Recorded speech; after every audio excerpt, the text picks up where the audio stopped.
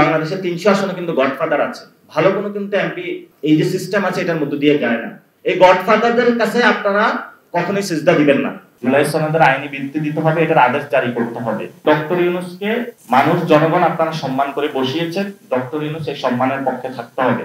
মানুষ যেমন সম্মান দিতে জানে, মানুষ তেমনি আবার অসম্মান করতে জানে। যারা জামায়াত ইসলামী তারা তাদের ধর্ম প্রতিষ্ঠা করতে চাবে, যারা হেফাজতে ইসলাম তারা তাদের মতন চালাতে চাবে, যারা আহলে সুন্নাত ওয়াল জামাত তারা তাদের মতন চালাতে চাবে।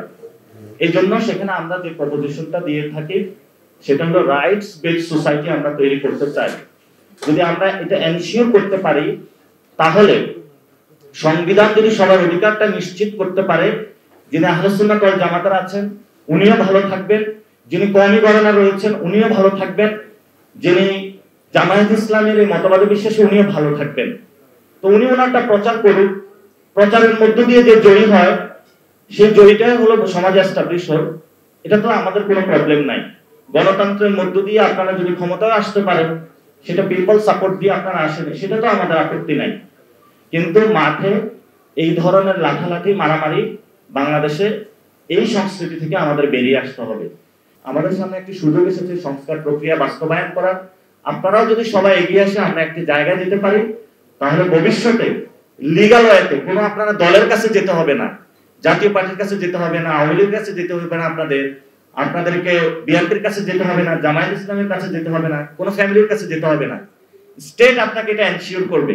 আপনি যদি কালকে কোনো দলের কাছে যান, সেই দল আপনাকে গোলাম বানিয়ে দিবে।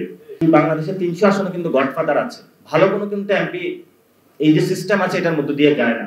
এই গডফাদারদের কাছে আপনারা কখনোই সিজদা দিবেন না, এবং এই গডফাদারদের কাছে একবার যদি বিক্রি হয়ে যান নিরাপত্তার নামে, সারা জীবন আপনার মাজার সেভ করার নামে ভবিষ্যতে আপনাকে সে গোলাম বানিয়ে রাখবে। আবার যদি কোনো দলের কাছে আপনারা নিজেদেরকে বিকিয়ে দেন তাহলে গোলাম বানিয়ে রাখবে।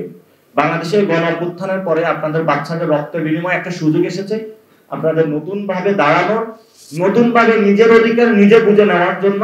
সেটা কোনো দলের কাছ থেকে নয়, সংবিধান স্টেটের কাছ থেকে, কারণ এই স্টেটের মধ্যে আপনিও টাকা দিয়ে থাকেন, সেই সুযোগটা এসেছে। সো এই সুযোগটা আমাদের কাজে লাগাতে হবে। একটা ভাই বন্ধু হিসাবে আপনাদের কাছে রিকোয়েস্টটা করেছি যে আপনারা দীর্ঘ সময় বাংলাদেশের রাজনৈতিক অঙ্গনে আপনারা অনুপস্থিত। এখন আমাদের যারা কওমি অঙ্গনের ভাইয়েরা আছে তারা কিন্তু এগিয়ে আসতেছে রাজনীতিতে।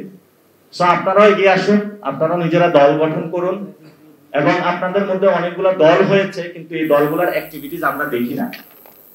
সুপ্রিম পার্টি নামে একটা পার্টি হয়েছে, এটা কোনো অ্যাক্টিভিটিস দেখি না। জিজিএফ এর মধ্য দিয়ে এটা লাইসেন্স নিয়ে নিয়েছে তারা। তো আপনারা কোনো এজেন্সির কাছে যাবেন না, কোনো ষড়যন্ত্রের কাছে যাবেন না, নিজেদের অধিকার প্রতিষ্ঠার জন্য আপনারা লড়াই করুন। আমরাও লড়াই করতেছি, রাজপথে আপনারা একসাথে ঐক্যবদ্ধভাবে আমরা আপনাদের সাথে থাকবো, আমরা একসাথে মিলে নতুন একটি বাংলাদেশ গঠন। জুলাই সনদের আইনি ভিত্তির কথা এগিয়ে নেওয়ার জন্য কনসেনসাস কমিশনে গিয়েছে। আমরা স্পষ্টত বলছি বাংলাদেশে, সেটা হলো জুলাই সনদের আইনি ভিত্তি দিতে হবে, এটার আদেশ জারি করতে হবে। বিএনপি প্রজ্ঞাপনের কথা বলছে এবং আমরা বলছি যে সেখানে আদেশের মধ্য দিয়ে যাতে একটা সাস্টেইনেবল প্রক্রিয়াতে নিয়ে যাওয়া যায়।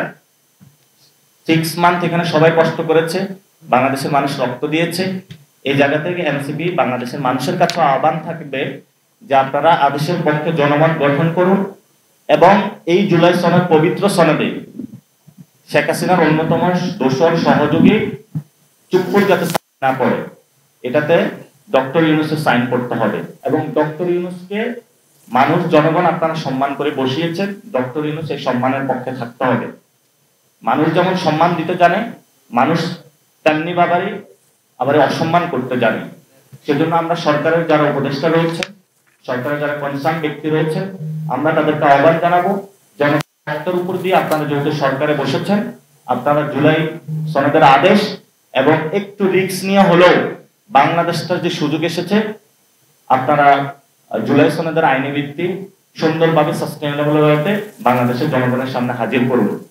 এবং অন্যান্য রাজনৈতিক দলগুলো রয়েছে, আমরাও তাদের কাছে আহ্বান জানাবো যে আপনারা আসুন, আলোচনা করা যাবে।